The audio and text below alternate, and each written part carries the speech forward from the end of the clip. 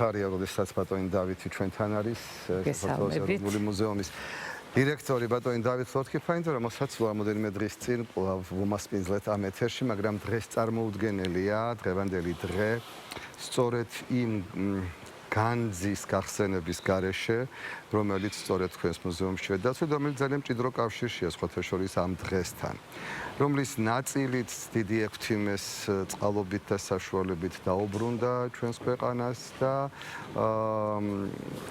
აი ზოგადად იცით ის საგანძური, რომელიც არის ჩვენს მუზეუმში და რომელიც არ არის მარტო შეიძლება ითქვას ჩვენი ერის საკუთრება, მას ზოგადად ძალიან საკაცობრიო და მსოფლიო მნიშვნელობაც გააჩნია თავისი ღირებულებით, სიძველით და ასე შემდეგ, მაგრამ ყველაზე მეტად რა ისტორია არის კავშირში ჩვენს დამოუკიდებლობასთან, რომელიც ყველაზე მეტად ასოცირდება ჩვენს ეს სწორედ არა მარტო იდენტობასთან, იდენტობასთან ყველა ასოცირდება მეტნაკლებად, მაგრამ აი ჩვენს დამოუკიდებლობასთან. დიდი მადლობა ყველას გილოცავთ დღევანდელ დღეს. არ მოგბესდა ჩემი სიყვარული თქვენთან. არა, სულაც არა. იმას, რასაც თქვენ სადარაჯოზე უდგახართ, იმდენი ინფორმაცია, იმდენი ამბავი აქვს, რომელიც სულ უნდა იყოს გაზიარებული, ბატონო დავითი. ეს არის ჩვენი და ჩვენს მაყურებელსაც ძალიან რა თქმა უნდა, და ინტერესი. და იცოდეს ეს. ბუნებრივია, ერთმნიშვნელოვანი პასუხი ვერავის ვერ ექნება და ეხლა უყურებდი ზუსტად გადაფარვას ასე თქვა და პირველი ნიმუში იყო დავით აღმაშენებლის საწინამძღვრო ჯვარი.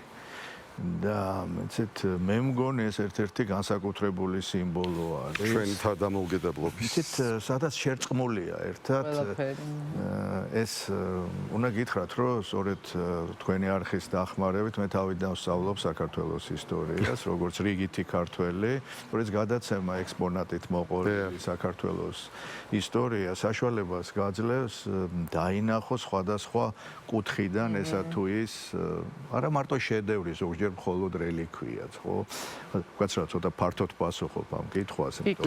მუზეუმში არის უშუალო, ასე ვთქვათ, დოკუმენტები, დამოუკიდებლობის აქტი, ან არის აჯანყების პროკლამაცია, არის ის პირველი დამოუკიდებლობის ფული, ანუ ყველა სიმბოლო. თქვენ ძალიან კარგად უპასუხეთ ჯვართან დაკავშირებით, იმიტომ რომ ეს მართლაც არაჩვეულებრივი პასუხი იყო. არის სიმბოლო, აი თუ მივყვებით, ხო?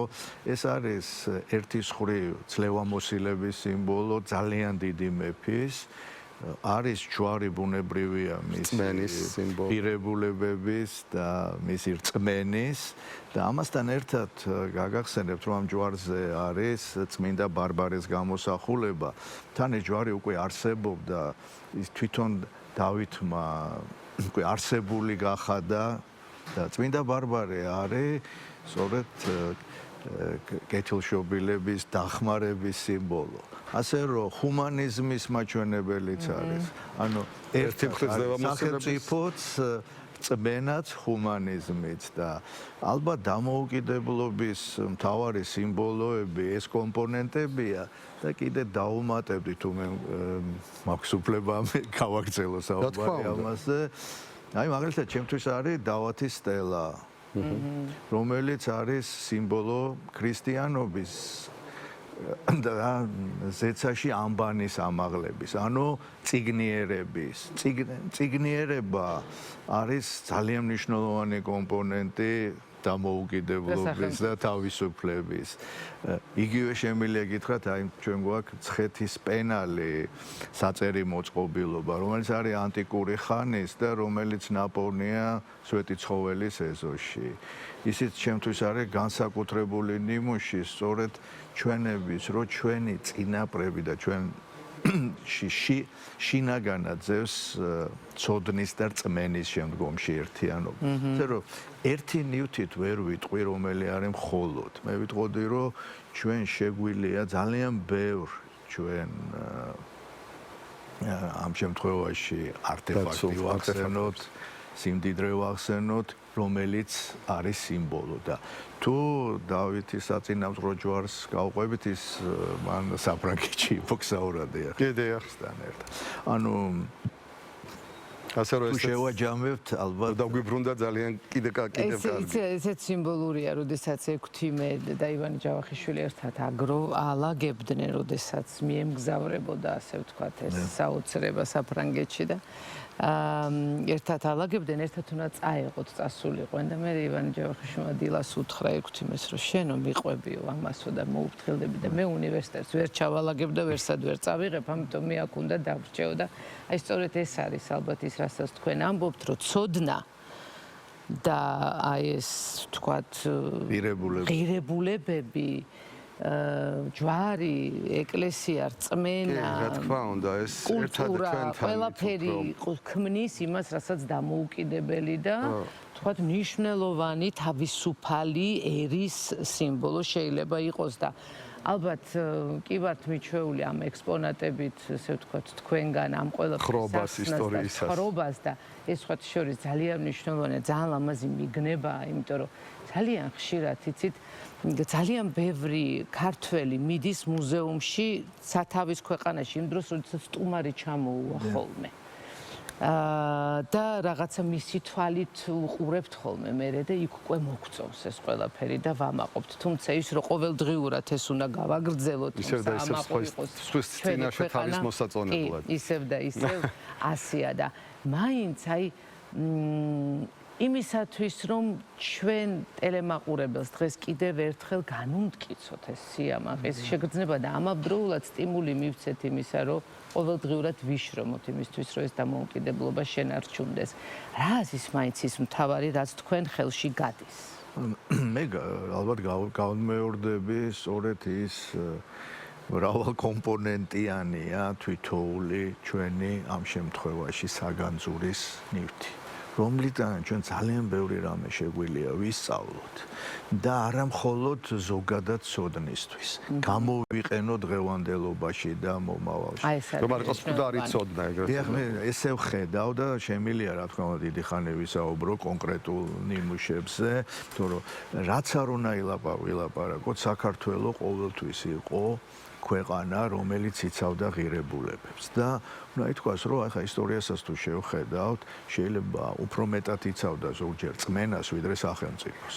ეს რეალობაა, რომ ისტორიულად ესე ხდება. მაგრამ ეს იმას არ ნიშნავს, რომ სახელმწიფო არ უნდა დაიცვა. და მე მივყვებოდი სწორედ ამას კალვინელიზა, რომ დავინახოთ თვითოულ ნიმუში და ეპოქაში ის, რაც დღეს ჩვენ გვასწავლის მომავლისთვის. და ალბათ ჩვენი თაობისაც ალბათ ერთ-ერთი ვალდებულება არის, რომ მომავალ თაობას აქცენტები დავანახოთ სწორად. მომავალი თაობა ძალიან ადვილად მოიპოვებს ინფორმაციას. ბევრად ადვილად ვიდრე ჩვენ. ხო, ის რაც ჩვენ წლები გვიდებოდა წამებში აკეთებდნენ. ბიბლიოთეკაში გვეტარებინა. ღამეები და წლები. ეს ჩვენი მემკვიდრეობა ეროვნული საგანძური არ არის უბრალოდ იმისთვის, რომ მხოლოდ იამაყო, ხო? მას აქვს ძალიან პრაგმატული, პრაქტიკული მნიშვნელობა. როგორც სახელმწიფოებრივი განვითარებისთვის, ისე ეკონომიკური განვითარებისთვის და რა თქმა უნდა საზოგადოების განვითარებისთვის და თუ ჩვენ დღეს საუბრობთ, რომ როგორ უნდა გამთლიანდეს საქართველო პოლიტიკურად მე ვფიქრობ, რომ მემკვიდრეობა არის ერთ-ერთი გასაღები სწორედ ამის. და შესაბამისად, სწორი შესწავლა და მოდი ვთქვათ ესე მაღალ მეცნიერული დონით შესწავლა გაძლევს საშუალებას უკეთესად იცოდე და როცა იცი უფრო მეტად გიყვარს. ბატონო დავით, რა მაინტერესებს იცით, რომ აი ჩვენი განსაკუთრებით ჩვენს მუზეუმში დაცული აი ამ მართლა არტეფაქტების და უნიკალური ნიმუშების საფუძველზეც და ზოგადადაც ალბათ არ არის შემთხვევითი, რომ წელს სწორედ ეროვნული დღესასწაული და 1700 წლისთავი, ანუ ჩვენი გაქრისტიანების ერთ დღეს და ერთად გვინდა აღნიშნავთ ამ დღეს, ესეც დაემთხვა წელს 1700 წლისთავის იუბილეს აღნიშნავთ. მე რა მინდა კითხოთ. ხანდახან მე მგონია შეიძლება ვცდები, მაგრამ აი თქვენგან ველი როგორც ისტორიკოსისგან ამ პასუხს და უფრო მეტ განმარტებას მეც დამაყურებელით, რომ იმის რომ ჩვენ შევინარჩუნეთ ჩვენი ეს ტერიტორია, რომელ ტერიტორიაზეც ვართ. და ბევრი ამისთვის ვიომეთ, ბევრი სისხლი დავყარეთ, ბევრჯერ დაგვიპყრეს და ასე შემდეგ, მაგრამ ჩვენ ვინარჩუნებდით ამ ტერიტორიას ჩვენი რწმენისთვის, ქრისტიანობის შენარჩუნებისთვის და არა იმისთვის მხოლოდ რომ ეს მთა და ბარი მიყვარდა მარტო.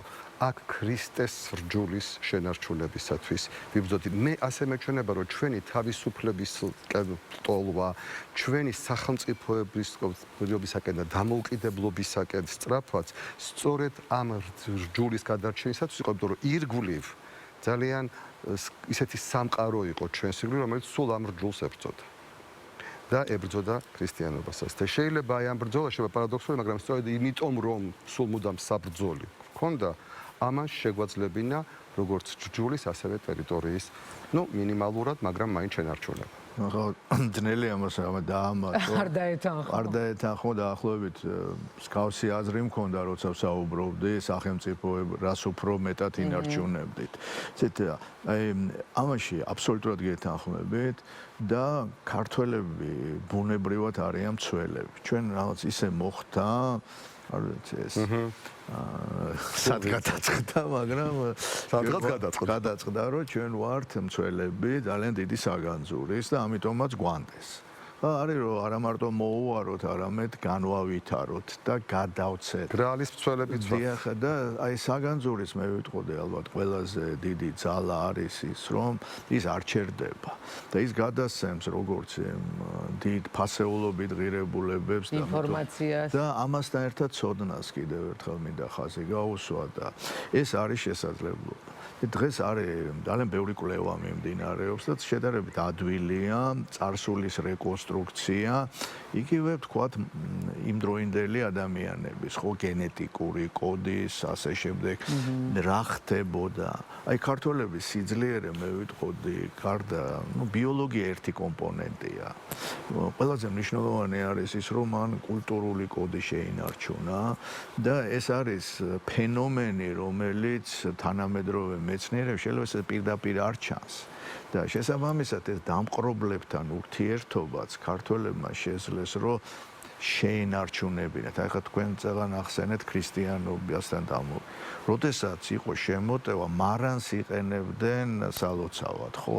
ეს არის ერთ, მაგრამ შევხედოთ ენას, ალფაბეტს, ლიტერატურას, არა? და ამის შენარჩუნება, მე გეთანხმებით, იყო არანაკლები, ვიდრე სახელმწიფო წყობის შენარჩუნება. როგორც ჩანს, მაინც იყო გაიგივებული და არ მომბეზდება ამის თქმას, რომ მომავალმა თაობამ და საერთოდ თელმა საზოგადოებამ უნდა იცოდეს, რომ ამის ცოდნა არ არის უბრალოდ ინტერესის დაკმაყოფილება. ეს არის იმისთვის, რომ ჩვენ ვიყო ძალიან ძლიერი. და ეს დავათი სტელა, როდესაც ვახსენე, ეს ამბანისადმი დამოკიდებულება არის. ან ის, რომ ის პენალის აწერით მეოთხე საუკუნეში რომ მსგავსი გაქვს და პლუს იქ ფაზისის აკადემია შემდგომში გელათი. აი გელათი მაგალითად არის ის ინსტრუმენტი, რომელიც შეუძლებელია მოიგონო, ხო? თუ და ალბათ ძალიან ბევრი შეესწევდა ბევრი ქვეყანა, რომ მსგავსი ისტორია შეექვს. ჩვენ ხო გვაქვს და ვთქვათ, გულწრფელად ვთქვათ, რომ მთლიანად ვერ ვიყენებთ ასე ვთქვათ. აი ეს არის ალბათ დამოუკიდებლობის სიმბოლო, არის გელათი, არა მხოლოდ თქვა დამოუკიდებლობის აქტი და ეს დავინახოთ და არ დავრჩეთ, მოდით მაბადეთ ამას ვიმეორებ უბრალოდ ემოციებით და ლირიკით, არამედ შევხედოთ ძალიან პრაქტიკულად, ღრმად და პრაგმატულად და არ ჩამორჩეთ დღევანდელობა. აი დღევანდელობა ბატონ დავით, კიდე ერთ შეკითხვას თუ შეიძლება დაგისვამთ.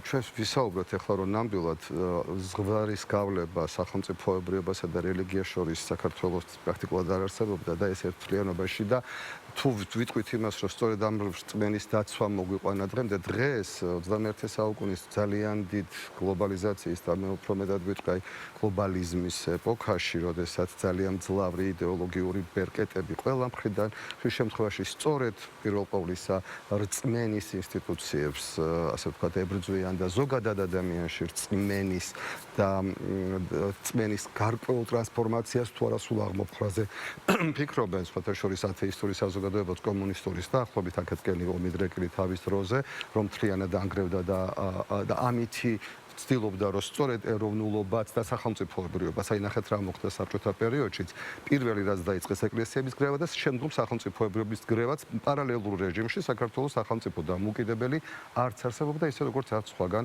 რომელიც შემოერთა კომუნისტურმა რეჟიმმა. აი ეხლა დღეს, ოდესაც ასეთი ძლიერი შემოტევაა, რამდენად შეგვიძლია და გვაქვს იმის უნარი ძალა, რომ სწორედ რწმენის საფუძველზე კვლავ გავხადოთ რწმენა როგორც ინსტრუმენტი, შეიძლება ძალიან ცუდ სიტყვას ვამბობ, მაგრამ ძალიან პრაქტიკულს ინსტრუმენტი ჩვენი სახელმწიფოებრივი და დამოუკიდებლობის შენარჩუნების.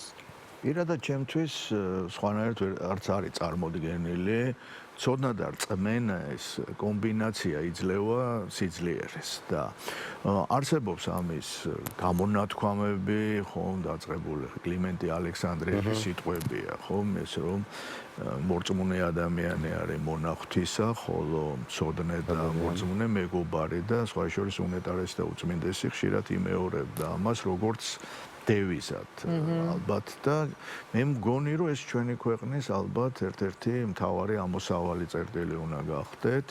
არც ერთი ფუნდამენტალიზმი, მხოლოდ ფუნდამენტალიზმი ვერასდროს ვერ იმარჯვებს, ხო, თანხმდებით და როდესაც ვახსენე ამ შემთხვევაში გელათი, ალბათ ეს იმისთვისაც არის, რომ ჩვენ ვნახოთ, რომ ისტორიულად ჩვენ მქონდა ეს მაგალითი. რატო არ დაფიქრდები, რომ რატო შექმნა დავით აღმაშენებელმა ესეთი მძლავრი სამეცნიერო საგანმანათლებლო ცენტრი მონასტერთან, ხო? და საერთოდ ბევრ რამეს ახალს დავინახავთ, იცით, თუ უფრო ღმად ჩავიხედავთ, რომ ის თვითონ მონასტერიც უბრალოდ არქიტექტურა არ არის.